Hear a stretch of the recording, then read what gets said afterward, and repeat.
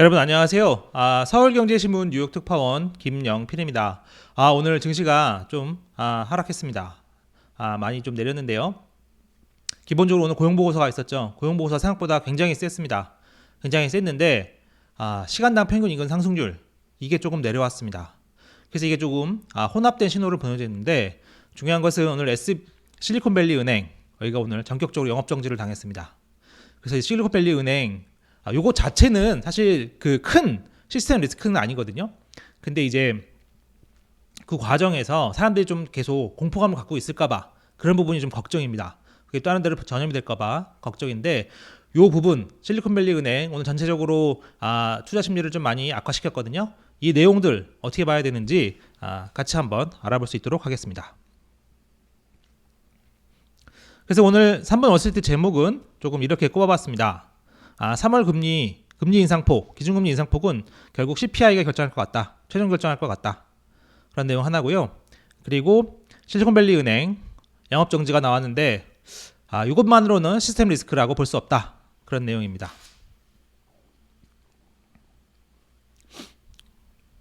요거는 캘리포니아에 있는 실리콘밸리 은행 사진이고요. 본격적인 방송 시작하기 전에 주말인데도 아침 일찍 찾아주신 여러분들 인사 한번 드리겠습니다. 우정현님 감사하고요. 이큰개구리님 반갑습니다. 침체 우려 조금씩 더 커지고 있어요. 라멘트님 반갑습니다. 신영기님 그리고 럭케림님 형님 반갑고요. 왈드님 내맘신쿵님 꽃기오영님 정진호님 모두 감사합니다. 오늘 나스닥 지수 먼저 한번 같이 한번 보시죠. 나스닥이 오늘 1.76% 빠졌거든요. 계속 빠진 건 아니고 좀 떨어졌다가 중간에 잠깐 올라가기도 했었어요. 이 시간당 평균 임금 상승 요게 상승률 그게 좀 둔화했다는 거 그게 조금 장중에 계속 왔다 갔다 했거든요. 이걸 좋게 봐야 되는 건지 31만 너무 높게 나왔음에도 그걸 뚫고 이길 만한 건지 계속 말들이 많았었는데 전반적으로 오늘 또 SB뱅크 실리콘밸리 은행 그런 부분도 있고 투심이 안 좋았습니다. 그래서 결국 1.76% 하락했어요. S&P 맵 보시면 빨간색이 거의 대부분이죠. JP모건 체이스 여기가 좀 구석에 하단에 보이죠. 2.5% 올랐다는 거.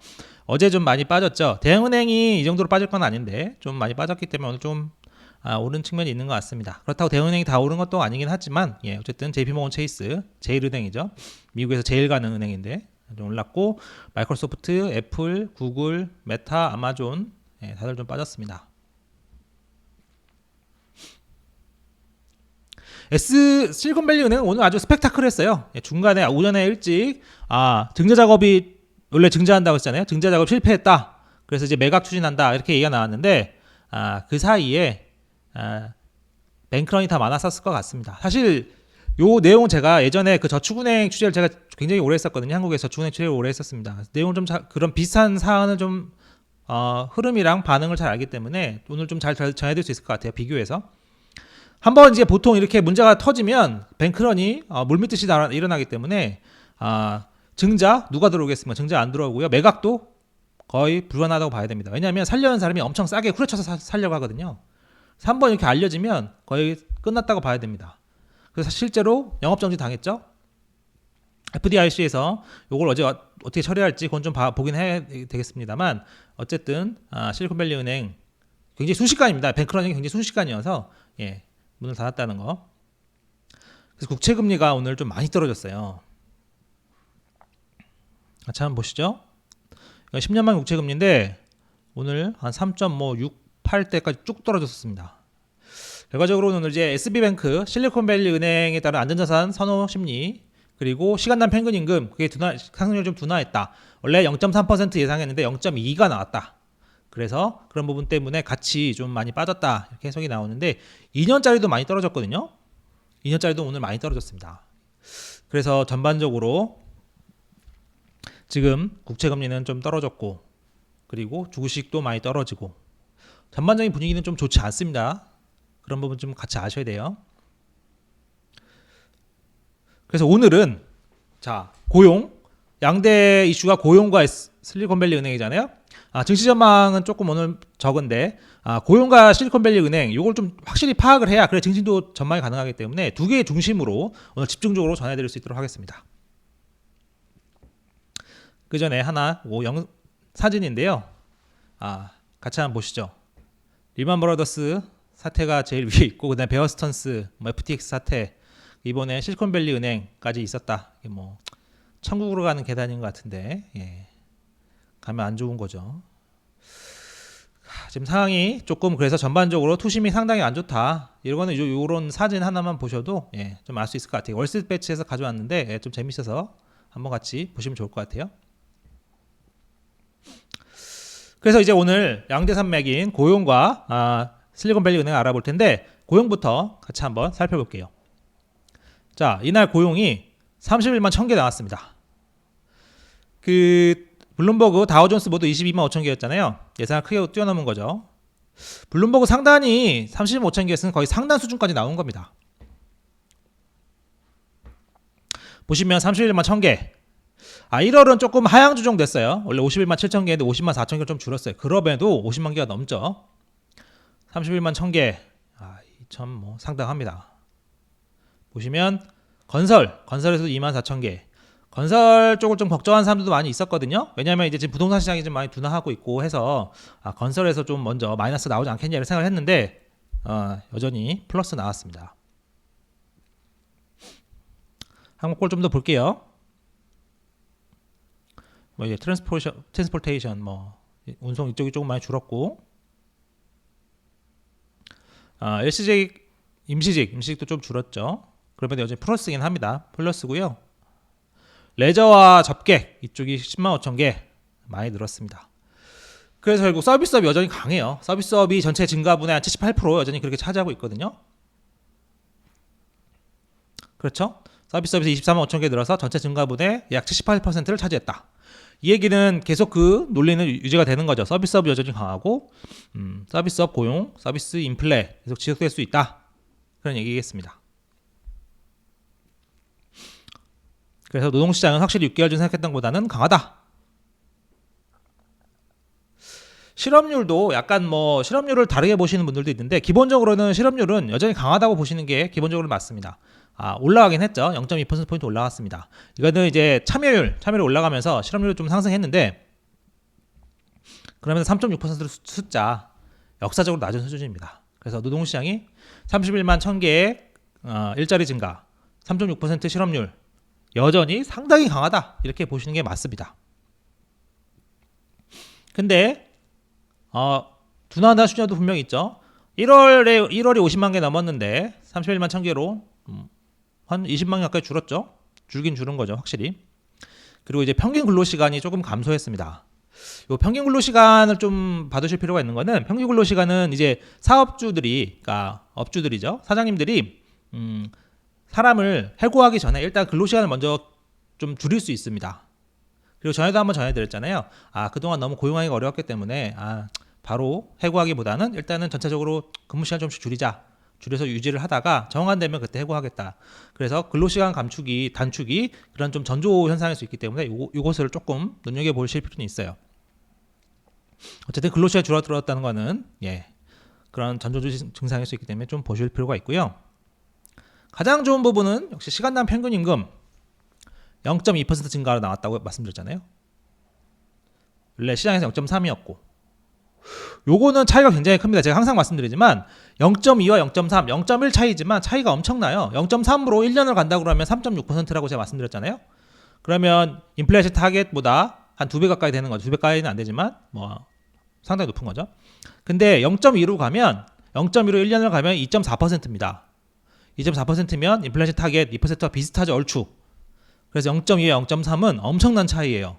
그래서 임금 상승률이 0.2로 낮아졌다는 거는 인플레이션 압력이 상당히 줄어든다. 왜냐하면 지금 임금 인플레이션을 많이 걱정하고 있는 부분이 있는데 그 부분이 상당히 줄어든다. 이래서 시장에서 좋게 보신 분들도 상당히 있어요.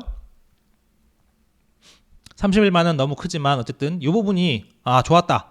이렇게 생각하는 분들도 적지 않았습니다.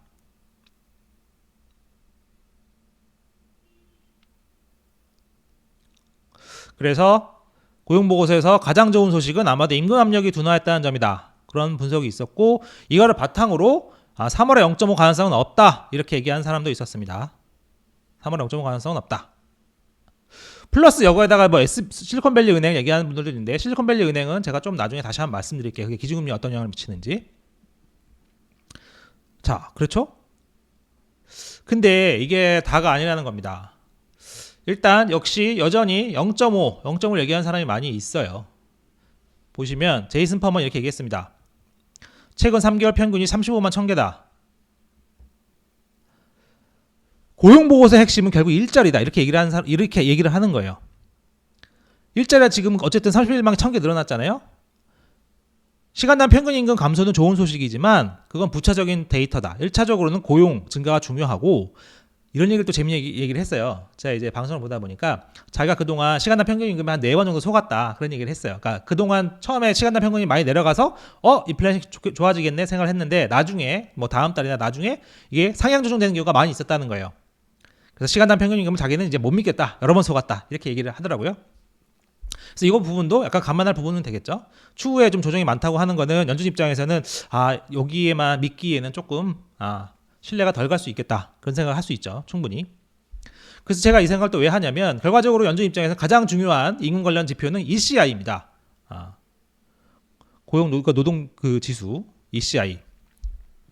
그렇기 때문에 요거 가지고 하기에는 제가 생각에는 조금 요것만 갖고 하기엔 좀 부족하지 않은가. 그래서 제가 큰 제목에 CPI를 더 봐야 될 것 같다. 이렇게 제가 다룬 겁니다. 고용비용 지수가 가장 중요하긴 하죠. 그래서 블룸버그 이코노믹스에서도 이렇게 얘기를 했어요. 2월 고용이 좋은 신호들에도 너무 높았다. 그래서 확실히 0.5를 할 수 있다. 그런 말을 했죠. 근데 이제 CME 페드워치는 조금 다릅니다. 지금 CME 페드워치 보시면 0.25가 60%가 넘어요. 0.5는 39.5%, 한 40% 되죠. 한 60대 40, 6대 4. 그러니까 좀 기울어져 있으나 여전히 호각지세는 된다. 한 6대 4 호각지세는 된다. 그렇기 때문에 이것만 갖고 바로 판단하기에는 조금 이른 것 같아요. CPI를 좀 더 봐야 될 것 같습니다. 이게 계속 왜 자꾸 시간을 끄냐 늘어지는 거 아니냐 생각하실 수도 있지만 좀 더 정확한 판단이 중요하기 때문에 제가 봤을 때는 이 정도면, 그리고 제가 앞에 말씀드렸잖아요. 31만이라는 숫자 자체가 너무 크기 때문에 기본적으로는 0.5 가능성이 충분히 남아있기 때문에 CPI까지 봐야 되겠다. 그래서 CME 페드를 조금 더 보시면 요게 오전에 계속 왔다 갔다 했어요. 처음에는 바로 한번 뒤집혔거든요. 한번 뒤집혔다가 나중에는 70%까지 0.25 확률이 70% 가갈 때도 있었어요. 근데 다시 또 쭉쭉 내려오더니 다시 또 비슷해졌어요. 50.2%대 49.8% 다시 또 비슷해지기도 했다가 다시 조금씩 0.25 올라가서 지금 60%까지 올라왔는데 그 얘긴즉슨 시장에서 지금 계속 헷갈리고 있다는 거죠. 헷갈리고 있다는 겁니다. 조금 4.75, 0.25가 좀 높긴 하지만 여러분 아시겠지만 CME 페드워치 수치는 계속 바뀝니다. 그래서 이걸 신뢰하시면 안 돼요. 당연히 순간순간 판정에 도움을 받는 데는 사용하지만 이거 지금 순간에 CME 페드워치를 100% 믿고 3월 FOMC 때 그때로 간다 생각하면 절대 안 되는 거죠. 예, 계속 바뀌기 때문에 그렇습니다. 시시각각 바뀌거든요. CPI가 나왔을 때 또 어떻게 됐죠? 누가 합니까? 그렇기 때문에 이걸 좀 더 봐야 돼요.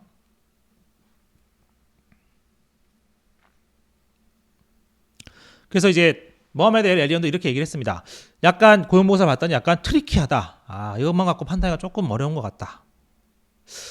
그래서 다음 주에서 CPI가 더 큰 영향을 줄 것 같다. 사실 이런 상황이 좋은 건 아니에요. 제가 봤을 때도 좋은 건 아닙니다. 고용보고서에서 좀 확정이 됐어요. 예를 들면 시간당 평균 임금 상승률이 0.3%만 됐어도 확실히 그냥 0.5로 굳어졌을 겁니다. 근데 이게 0.2로 낮아졌기 때문에 여러 가지 좀 복잡한 일들이 생기는 거죠. 그래서 이제 CPI까지 봐야 좀 더 확실한 감을 잡을 수 있겠다. 그렇게 제가 말씀드리고 싶습니다. 그래서 여기까지 내용을 잠깐 정리해드리면 2월 고용이 생각보다 굉장히 강했다. 31만 개를 넘었다. 그런데 이쪽이 너무 강했는데 반대쪽에 꼭 이 정도까지는 안 되지만 대충 비슷할 정도로 시간당 평균 임금 상승률이 0.3%에서 0.3%를 예상했는데 0.2%까지 낮아졌다. 요 요인이 좀 상당히 적지 않게 컸다. 그래서 이 두 개가 지금 맞부딪히고 있다. 좀 약간 판정하기가 좀 까다롭다. 이쪽을 많이 보는 분들이 전문가들이 좀 많긴 한데 하지만 요거를 근거로 0.25만 할 거다 보는 분들이 있다. 그렇기 때문에 CPI를 조금 더 봐야 되겠다. 개인적으로는 시간당 평균인만 갖고는 0.25를 하겠다고 주장하기엔 제가 생각엔 좀 부족한 것 같습니다. 그래서 CPI에서 조금 더 근거를 찾아야 0.25를 할 수 있을 것 같아요. 그게 아니라면 0.5를 하지 않을까 싶습니다. 그래서 제 판단에는 CPI를 조금 더 봐야 되겠다. 그렇게 말씀드리고 싶습니다. 자, 이제 조금 더 보죠. 그래서 제가 앞에서 조금 말씀드렸었는데 근데 고용 말고 오늘 SB 실리콘밸리 은행 사태가 있지 않았냐, 요거까지 더하면 확실히 0.25 아니야? 이렇게 생각하시는 분들이 있습니다. 충분히 그런 분들이 있고요. 그런 전문가들 많이 있었습니다. 그래서 코메르츠뱅크에서도 연준이 금리 인상 속도를 높일 수 있을지 의구심이 든다. 지금 실리콘밸리 은행 영업정지 당하고 다른 데로 좀 위험할 수 있는데 이렇게 할 수 있겠냐. 그런데요, 제가 이제 이걸 전반적으로 한번 말씀드리겠습니다. 이거는 이제 금융 전체를 볼 수 있는 눈이 좀 같이 필요하거든요. 어제도 제가 잠깐 말씀드렸었어요, 방송에서. 그리고 기사에서도 이게 어쨌든 크게 전반적인 시스템 문제까지는 아니라는 식으로 제가 말씀드렸었는데 오늘은 그 내용을 제가 조금 더 보완해서 말씀드릴게요. 결론부터 말씀드리면 SB은행 이 자체만으로는 연준의 금리 결정에 영향을 주지 못한다고 보는 게 맞습니다. 물론 이제 다른 생각 갖고 계실 분들도 계실 텐데, 요거 자체, 즉 추가 전염이 없다는 전제 아래서 요 은행 자체만으로 보면 금리 결정에 영향을 주지 못합니다. 왜냐하면 요 은행 자체가 시스템 리스크가 아니기 때문에 그래요. 자, 이제 연준 이코노미스트 출신 빌 레슨 이렇게 얘기를 해요. 연준은 SB뱅크를 시스템 문제로 생각하지 않으며 금리 인상에 영향을 주지 않는다. 연준은 인플레이션을 낮추는 게 중요하고 갈 길이 남아있다. 이렇게 얘기도 했어요. 저는 제 위쪽에 뽑았는데 왜 그런지는 제가 하나씩 설명드릴게요. 자, 이제 연준 자료를 한번 보실게요. 이게 지난해 말 자산 순위입니다. 이게 자산이거든요. JP모건 체이스 가장 많습니다. 3조 2천억 달러. 그다음 뱅크 오브 아메리카 2조 4천, 시티 1조 7천, 웰스파고 1조 7천, 쭉쭉 내려옵니다. US뱅크, PNC뱅크, 여기 5천억 달러 뜻되죠. 트로이스트뱅크, 골드만삭스, 쭉쭉 내려 캐피탈원, TD뱅크, 뉴욕 멜론은행, 쭉쭉 내려옵니다. 3,200억 달러대, 스테이트 스트리트 2,900억대, 시티즌 퍼스트, 모건 스탠리, 그 밑에 실리콘밸리 은행, 저희가 찾는 실리콘밸리 은행이 여기 있습니다. 2,090억 달러. 순위가 16번째 정도 돼요. 자산 순위가. 작은 은행은 아닙니다. 작은 은행은 아니고 약간 중형 은행 정도 되죠. 중형 은행 정도 되는데 요게 그러면 미국 전체 금융 시스템에 시스템 문제를 일으킬 만한 그런 은행이냐? 그건 아니라는 겁니다. 일단 16번째 은행이죠. 그리고 같이 한번 보시면 대충 미국에서 시스템 문제를 일으킬 만한 은행은 크게 보면 제일 큰 거는 4대 은행이 있을 수 있습니다. 아까 보셨죠? JP모건 체이스, 뱅크 오브 아메리카, 시티, 웰스파고. 이 정도 은행에서 문제가 생기면 무조건 공적 자금 들어가야 되고 금리 낮추고 별의별 일을 다 해야 됩니다. 이거는 왜 그러냐면 미국 전 국민이 이 은행들을 이용을 하고 자산 규모가 너무 크기 때문에 그래요. 대마불사 얘기는 들어보셨을 겁니다. Too big to fail. 물론 대마불사도 없다만 얘기도 하기는 하지만 대마불사는 존재합니다. 그렇기 때문에 이런 은행들은 놔둘 수가 없어요. 그리고 이런 은행에 문제가 생기면 금융 시스템 전체가 흔들릴 가능성이 굉장히 높습니다. 한국으로 따지면 국민은행, 신한은행, 하나은행, 우리은행, 좀 더 하면 기업은행 정도까지 있는데 국민은행에 예를 들면 국채가 문제가 돼가지고 은행이 흔들린다고 생각해 보세요. 그러면 나라 전체가 완전 흔들릴 수밖에 없습니다. 왜냐면 국민은행을 통해서 국민은행 예금 있는 분들도 계시고 결제를 국민은행 통해서 하시는 분도 있죠. 카드 결제 국민은행에서 하는 분들도 계시고 기업 대금 결제 국민은행을 통해서 하는 분들도 계시고 각종 지급 보증 이런 것도 다 얽혀 있기 때문에 각종 대출 이렇게 큰 은행들이 문제가 생기거나 망하면 금융시장 전체가 흔들리고 무너지게 됩니다. 그래서 이런 대형 은행이 문제가 생길 때 그 시스템 리스크가 있다고 얘기를 하는 거예요. 그런데 SB은행 같은 경우에는 그러기에는 좀 규모가 작다. 지점도 16개다. 기본적으로 캘리포니아주 위주에서 스타트업 위주로 거래하고 대출하고 뭐 지원하고 뭐 증권 같은 거 사들이고 그렇게 한다. 좀 이게 제한적이다. 그런 부분을 분명히 하나 보실 필요가 있어요. 한국으로 따지면 예전에 이제 저축은행 사태 때, 영업정지 사태 때 솔로몬 저축은행 그룹이 대충 자산이 막 8조, 9조 이렇게 돼서 전북은행과 비슷했어요. 전북은행과 비슷했어요. 근데 저축은행 그래서 이제 그런 걱정들이 많이 있었거든요. 이거 규모가 상당히 큰데 영업정지 할 수 있겠냐?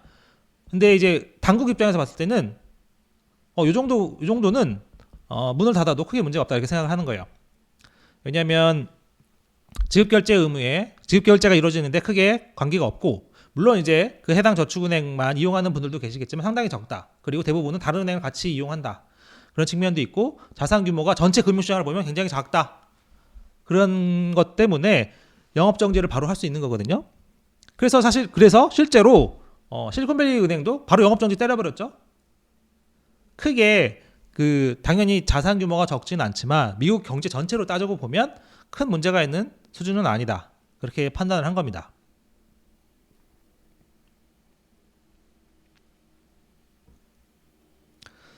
그래서 이제 레리 서머스 전 재무장관이 이렇게 얘기했습니다. 실리콘밸리 은행이 합리적인 방식으로 처리된다면 시스템 문제가 될 가능성은 없다. 그러면서 기준금리가 6%나 그 이상으로 갈 확률이 50%다. 이렇게 얘기를 했어요. 이 얘기는 결과적으로 SV뱅크와 기준금리는 크게 가는 관련은 없다. 지금 인플레이션 문제 때문에 금리 더 올릴 수도 있다. 이렇게 보는 거죠. 요건 어제 잠깐 설명드렸고 잠깐 아신 분들도 계실 텐데 조금 더 자세하게 설명을 한번 드릴게요. 이 실리콘밸리 은행은 보유자산 가운데 절반 이상을 채권에 투자했습니다. 채권 보유 비중이 비정상적으로 너무 높아요. 채권을 포함해서 투자자산, 대출, 보통 이제 은행들이 대출을 많이 하는데 투자자산이 전체 자산에 차지하는 비중이 57%나 달합니다. 그래서 미국 내 주요 은행 72개를 찾아보면 이 비율이 가장 높은 데가 42% 정도인 거예요. 그거보다 훨씬 높잖아요. 이렇게 되면 채권에 너무 의존을 많이 하게 되는 거죠.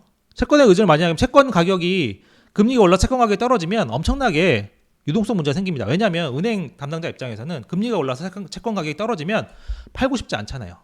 계속 좀 버티려고 하는 겁니다. 계속 버티는 거죠. 근데 계속 버티는데 결국은 안 됐죠. 왜냐하면 계속 돈 달라는 사람들이 많아지니까.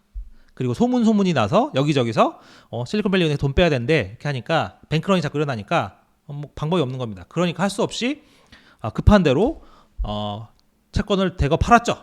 그래서 대거 손실을 받고, 그래서 그걸 때문에 증제를 하려고 했는데 소문이 이미 다 나버렸으니까 증제는 안 되고 문을 닫은 겁니다. 그래서 제가 볼 때는 요 SB 은행 상황은 특정사의 문제라는 게 본질에 가깝습니다. 근데 중요한 거는 SB 은행과 비슷한 은행들이 또 있지 않을까, 이런 겁니다. 그거는 좀 봐야 되겠죠. 그래서 엘 에리언 고문도 모든 은행이 그렇다는 건 아니지만 미국 은행 시스템은 견고하다. 전염 위험과 시스템적인 위협은 대체대표를 잘 관리하고, 그러니까 뭐 은행들 사이에서 좀 잘 관리를 하고, 정책적 실수를 좀 피하면 쉽게 피해갈 수 있다. 이렇게 얘기를 했습니다. 근데 이게 모든 문제가 다 해결된 건 아니에요. 왜 그러냐면 제가 방금 말씀드렸지만 실리콘밸리 은행과 비슷한 은행들이 있을 수 있어요. 요거는 어떻게 나오냐? 결국 이제 지금 실리콘밸리 은행이 굉장히 이슈화가 됐기 때문에 언론사에서 계속 찾아볼 겁니다. 실리콘밸리 은행과 그 자산 구조가 비슷한 데가 어딜까? 찾아보겠죠. 봤더니 뭐 A은행이 비슷해요. 그럼 A은행이 A은행 실리콘밸리 은행과 자산 구조 비슷해. 채권 가격이 지금 많이 떨어졌기 때문에 위험할 수 있다. 이렇게 기사가 나오죠. 그럼 또 뱅크런이 발생합니다. 뱅크런이 발생하면 또 유동성 문제 때문에 문을 닫을 수 있어요. 이게 저축은행 사태에서도 비슷하게 많이 나왔었습니다. 그게 그 언론 보도를 통해 나올 수도 있고요. 그 다음에 금융권에서도 소문이 돌 수 있죠. 야, 어디 은행은 이상하다더라. 그게 한국에서 뭐 찌라시라고도 하고 미국에서도 뭐 비슷한 게 뭐 많이 있죠. 요새는 뭐 이제 그런 투자 사이트, 카페 이런 것도 많으니까. 근데 막 올라오니까요. 소문이 나면 한 방에 갈 수 있는 겁니다. 그래서 이제 사실은 은행이나 금융사가 신뢰도가 중요하다고 얘기하는 게 바로 이런 것들 때문이에요. 내가 돈을 예금을 하면 만기가 되면 다시 받을 수 있다. 이 약속이 이루어지지 않으면 그 금융사는 존재할 가치가 없습니다.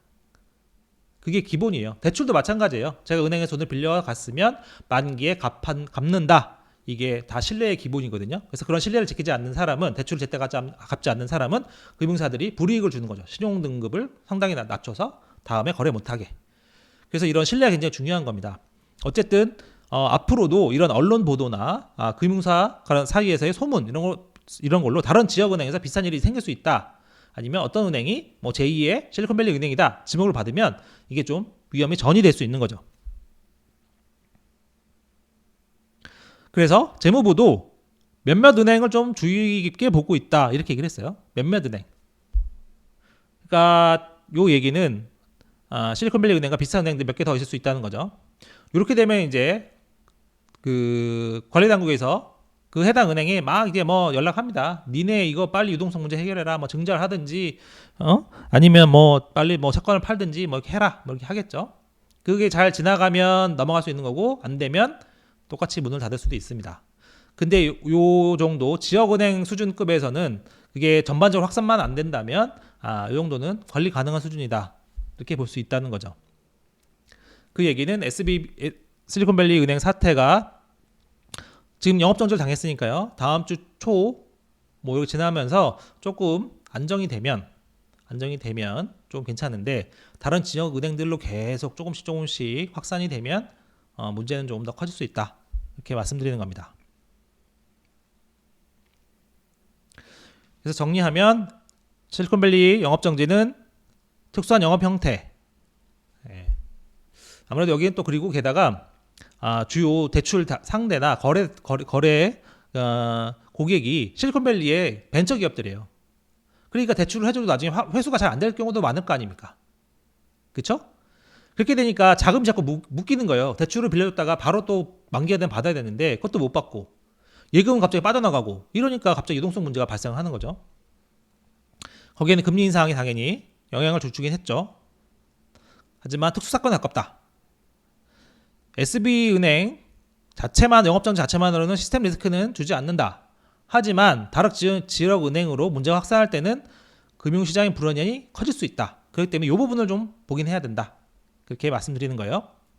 그래서 이제 오늘 대형은행 가운데 JP모건 체이스, 웰스파고는 주가가 올랐습니다. 뭐 뱅크 오브 아메리카 시즌 하락하긴 했는데 어쨌든 대형은행 중에 일부는 약간 그래도 조금 이제 안정이 되는 모습을 보이는 거죠.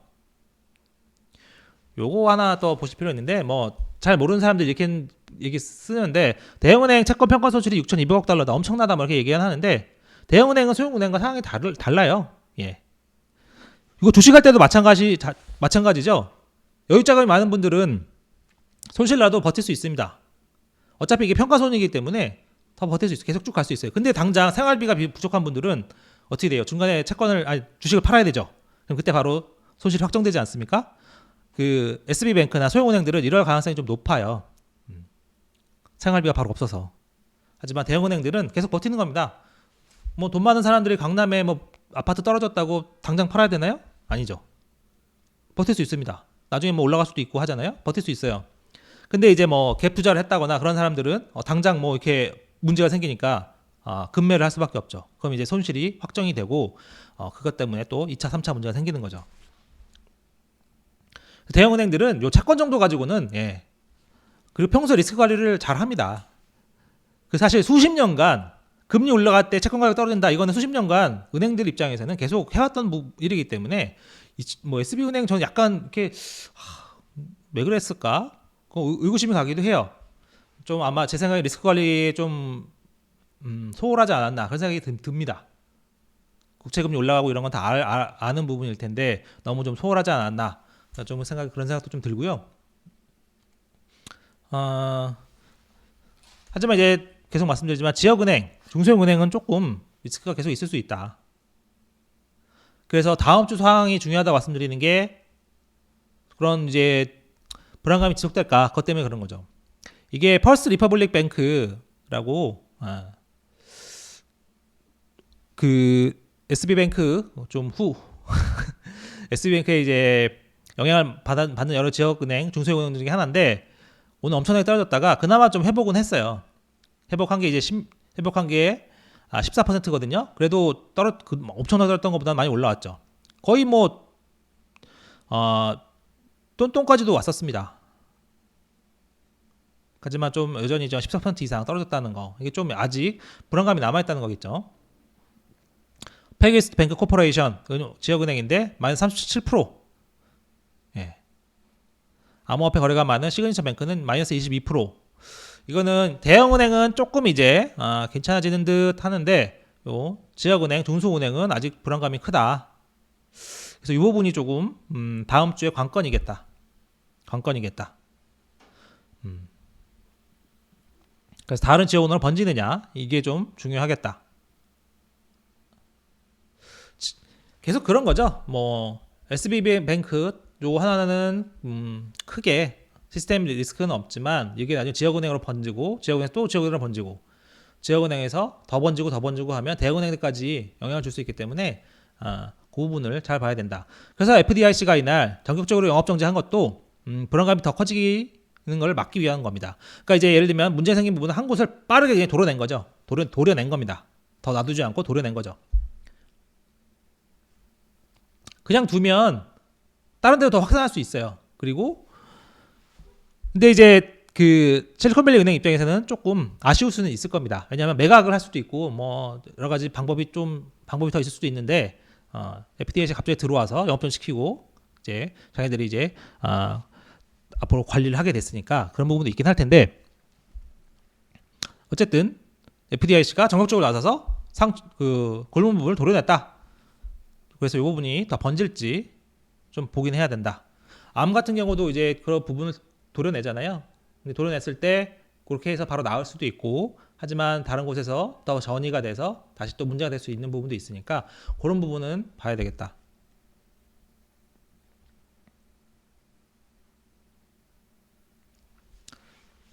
어쨌든 이제 영업 정지가 되면 거래 기업들은 좀 타격을 받을 수 있죠. 왜냐면 당장 어차피 월요일날 오전에 다시 예금을 찾을 수 있다고 하긴 했는데 일단 한동안 뭐 주말에는 돈을 못 뽑는 거잖아요. 그리고 이제 영업 예금 보호 대상이 25만 달러까지라고 하거든요.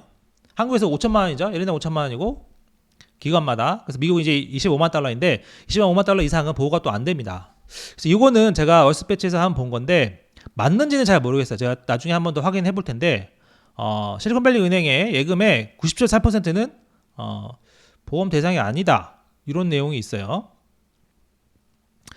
그 얘기는 25만 달러 이상이 많다는 거겠죠. 걸 수도 있습니다. 이러면 기업들의 좀 문제가 커질 수 있습니다. 근데 이렇게 돼서 좀 문제가 좀 커지면 놔둘 수 있으면 놔둘 테고 정부 차원에서 다른 은행에 인수를 시킬 수도 있습니다. 왜냐하면 요것 때문에 벤처 업체들 뭐 너무 많이 문제가 생긴다면 그리고 죽겠다 이게 그래서 확산이 된다면 다른 은행에 인수를 시킬 수도 있어요. 그러니까 방법이 아예 없는 건 아닙니다. 어쨌든 그리고 그 전에 지금 어쨌든 보유 자산들이 있잖아요. 예금 보호를 못 받더라도 보유 자산을 처분해서 그걸 가지고 이제 나눠 먹게 되는 거거든요. 배당을 받게 되는 거거든요. 근데 이제 지금 뭐 가격이 많이 떨어졌으니까 채권 가격 떨어지고 뭐 보유 자산이 제대로 환수가 될지 그게 좀 문제죠. 그래서 어쨌든 문제가 좀 심각해지면 다른 곳에 좀 인수시킬 수도 있고, 어쨌든 근데 예금 보호 대상 이상은 보호하지 않는 게 맞는 거죠. 그래서 좀 벤처 기업들이 상황에 따라서는 기업들마다 피해를 보는 곳이 있을 수는 있겠다. 그래서 전반적으로 침체 얘기가 조금 많이 나오기도 합니다. 어쨌든 다른 은행들이 자금 관리를 더 세게 할 거 아니에요. 어휴 큰일 났네. 대출을 이제 혹시나 빌려줬다 못 받아서 유동성 문제 생기느니 빌려주지 말아야 되겠다. 이렇게 할 수 있죠.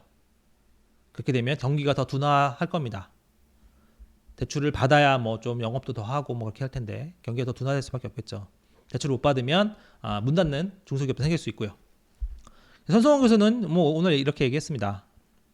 확실히 지금 미국은 롤링 리세션, 그러니까 분야별로 부동산 먼저 침체하고 그 다음에 뭐 제조업 침체하고 그 다음에 뭐 나중에 서비스 침체할 거고 막 이런 식인 겁니다. 롤링 리세션 이미 빠졌다, 확실히 빠졌다. 그래서 연준이 금리를 더 올리면 전면적인 경기 침체가 올 거다 이렇게 얘기를 했어요. 근데 지금 아시겠지만 3월에 못해도 0.25 아니겠습니까? 예, 그렇기 때문에 침체 가능성이 상당히 높다. 그리고 좀 더 볼 거는 만약에 진영은행까지 그 문제가 확산해서 연준이까지 나서야 된다 그런 상황이 오면 그때는 이거는 그 아마겟돈이라고 생각하시면 될 것 같습니다. 예. 매우 안 좋은 상황입니다. 예. 그 수습하고 이러는데 시간이 상당히 오래 걸리고요. 예. 금융시장이 크게 흔들릴 수밖에 없습니다. 그래서 지역은행이 막 다 흔들려서 연준이 금리 내린데 그래서 좋아할 게 전혀 아니라는 거. 그걸 보시면 좋을 것 같고요. 당분간 증시 불안감은 좀 지속할 수밖에 없을 것 같습니다. 다음 주 초에 제가 한번 봐야 된다고 말씀드렸잖아요. 그 실리콘밸리 은행 영업정지 사태가 그걸로 끝날지, 영업정지 하나로 그 은행 다는 그 하나로 끝날지, 아니면 다른데 계속 번질지. 예를 들면 다른 지역은행, 중소은행 지금 뭐 주식이 엄청 떨어졌잖아요. 더 떨어지고 이러면 나중에 그 은행에도 문제가 생깁니다. 소문이 나잖아요. 야, 어디 은행이 주식이 뭐 50% 빠졌대. 그럼 거기 문제 있는 거 아니야? 빨리 돈 찾아가야 되겠다. 그게 뱅크런이죠. 그렇게 되면 거기는 갑자기 멀쩡하게 있다가도 그런 평판 리스크 때문에 문을 닫게 되는 경우가 생깁니다. 그럼 이게 또 번질 수가 있어요. 그래서 그런 부분이 되게 중요합니다. 가만히 있어도 주식이 뭐 50%씩 빠지고 몇십 %씩 빠지면 합리적인 의심 아닌가요? 여기 뭔가 문제가 있나 보다. 그렇잖아요. 내가 모르는 뭔가 문제가 있나 보다. 빨리 돈 빼야 되겠다. 그 문제가 있을 수도 있고요. 두 번째는 이런 경우도 있습니다. 예금 보호 이상으로 갖고 있던 거를 나눠서 쪼개는 거예요. 예를 들면 제가 A은행에 50만 불을 갖고 있었는데 그걸 25만 불 밑으로 쪼개는 거죠. 한국에서도 그런 거 많이 하잖아요. 쪼개서 절반을 옮기는 겁니다. 근데 원래 그 A은행 입장에서는 갑자기 절반이 예금이 나가게 되면 한 명 기준으로는 절반이겠지만 어쨌든 그런 사람들이 많아지면 이것도 굉장히 부담이에요. 그러면 그 은행은 나중에 금리를 또 수식금리를 올려야 되거든요. 수식금리를 올리면 나중에 또 이 어려움을 이겨내더라도 경영 상황이 너무 안 좋아집니다. 이자 마진 많이 못 남길 거 아니에요. 그럼 또 그 경영 상황이 안 좋아서 손실을 내서 또 어려워지고 또 그것 때문에 문을 닫는 경우가 생깁니다. 그래서 한번 이렇게 문제가 꼬이면 특정 은행 입장에서는 한번 문제가 꼬이면 엄청난 타격을 받습니다. 그래서 지금 요 지역 은행들이 다음 주 초에 안정될 수 있느냐가 그건 좀 중요합니다. 일단 보시면 좋을 것 같아요. 그리고 14일에 이제 CPI가 나오죠. 대망의 CPI가 나오죠. 지금 제 판단으로는 고용 갖고는 좀 부족하고 CPI를 보고 추가 판단을 해야 된다고 말씀드렸으니까 CPI가 중요할 테고 15일에는 또 소매 판매 그리고 생산자 물가지수 파괴력은 좀 작지만 그래도 FOMC에 영향을 줄 수 있는 분위기 형성에는 영향을 줄 수 있는 것들 자료가 쭉쭉쭉 나옵니다. 그래서 다음 주에도 계속 변동성이 클 수밖에 없을 것 같습니다. 수치가 어떻게 나오냐가 중요하니까요.